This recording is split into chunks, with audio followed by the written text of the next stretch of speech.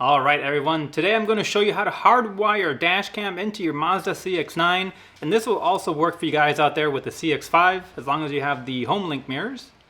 With drivers getting worse by the day, I recommend a Dashcam for anyone looking to protect themselves. In this video, I'll run you through everything that you need to get started, as well as the installation. So with that, let's go ahead and get started.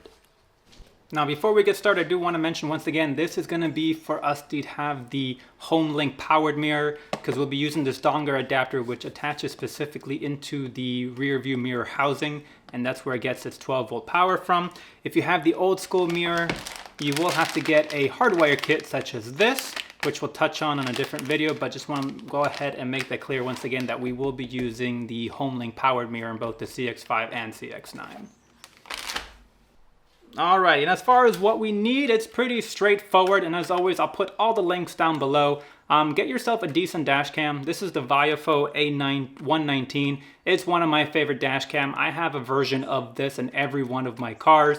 This particular version is the Mini 2. It comes with onboard Wi-Fi, so you can stream any kind of footage straight to your phone, which is great because if you're right on the scene of an accident and need the footage right then and there on your phone, you have that available. So a big fan of these, highly recommended. I think I've been using them now for a little over 6 years, and I have 3 different versions. Has not let me down. And they're pretty cheap for, the quality that you get. As I mentioned before, you also want to get the dongle cable. So this is the adapter that will allow you to plug right into the OEM connectors, and then it has a little USB-A output which will power your dash cam. Then get yourself the matching USB cable for your dash cam. Your camera should come with one. If not, just get one that's at least, it's like 12 to 18 inches. That gives you enough room when you're wiring it from the rear of the rear view mirror out the housing and into the dash cam, depending on where you place it.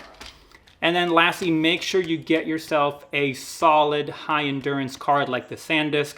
I do recommend not skimping on the SD card, just because these cards are recording every second that the car is on, and since they're sitting on the windshield, they're gonna get super hot, and in the winter they're gonna get super cold, so these cards do take a beating. So do spend a little bit extra and get yourself a high performance card. There's different versions. I have a couple of these high endurance cards. I've never had an issue. So now that you have everything here together, let's go ahead and get all this stuff installed in the car. Alrighty, so here we are inside of the car. Don't mind this, it's just really backlit, so it was hard to see what we're doing. So the first step we're gonna do is remove this panel so we can get access to the back of the mirror. That's where this little guy is gonna plug into. So the best way to do that with the dongle kit, there is a trim removal tool that is included. So you want to go ahead and wedge that in there, and these two pieces come out this way.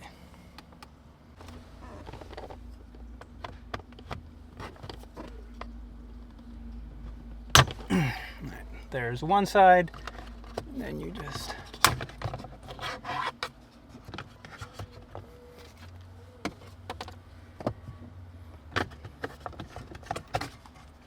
and there you go.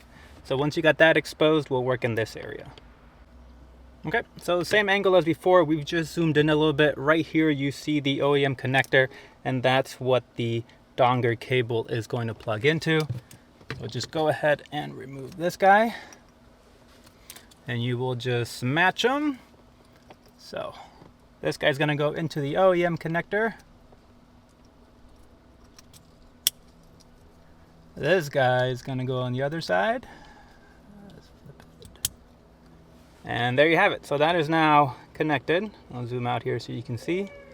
So we're using the same connector for the mirror. It's just linking everything. And then off that, it shoots out a little USB. And as I mentioned before, just grab a USB cable, one that's going to be long enough for your camera.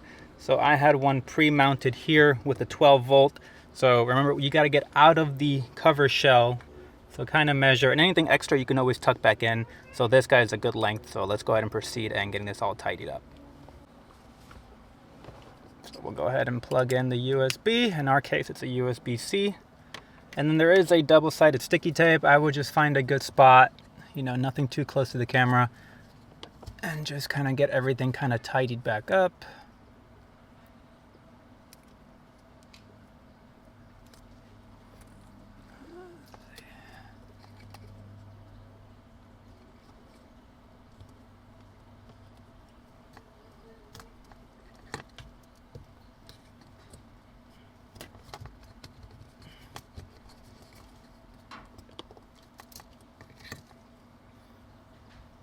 and give yourself some slack for your USB-C cable, and then slide your 2 panels back on. All right, here we go. I found out the right side is easier to put in first because it has a little bit more room to tuck everything else in. And then hopefully this should work now that I got everything lined up. Just make sure you get your USB cable up so it comes out right under the rear view mirror, and tuck in your other half.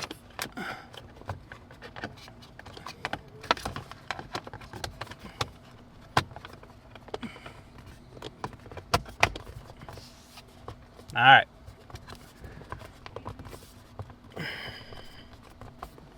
And there we go. So this is all covered here. This is a little gap. I'll work on fixing that. All right, so as you see, I just had to take this cover off again and move one of the wires. It was hitting one of the clips, but once you're good to go, there should be no gap. And then once you're ready, you'll have your USB cable hanging, and then we'll take our dash cam. So like I said, our dash cam is pretty simple. You just take off the backing and find a good spot. Make sure you don't have it in front of the thermal dots. You know, make sure you put the cable in first as well so you can get an idea. And like I said, any kind of extra cable, you would just tuck back in there. So find a good midpoint, something you can access later. Don't go too high, don't go too low. And we'll go right about there. Just realized you guys can't even see that. So as you can see here, the cable goes into the headliner. It kind of just goes up behind it, and then I don't know if you can see this because it's black on black, but the cable just shoots right back out and then into the camera housing that's right here. So that gives you a nice clean cable, no wires, nothing coming across to get into the 12-volt charger that's either in the glove box or down by the footwell. As I said, this should work for both the CX5 and the CX9 because they use the same system. As always, any questions or concerns, just leave your comments down below. I'll answer them as I can. If you like the content, make sure you like and subscribe. We'll see you around for the next one.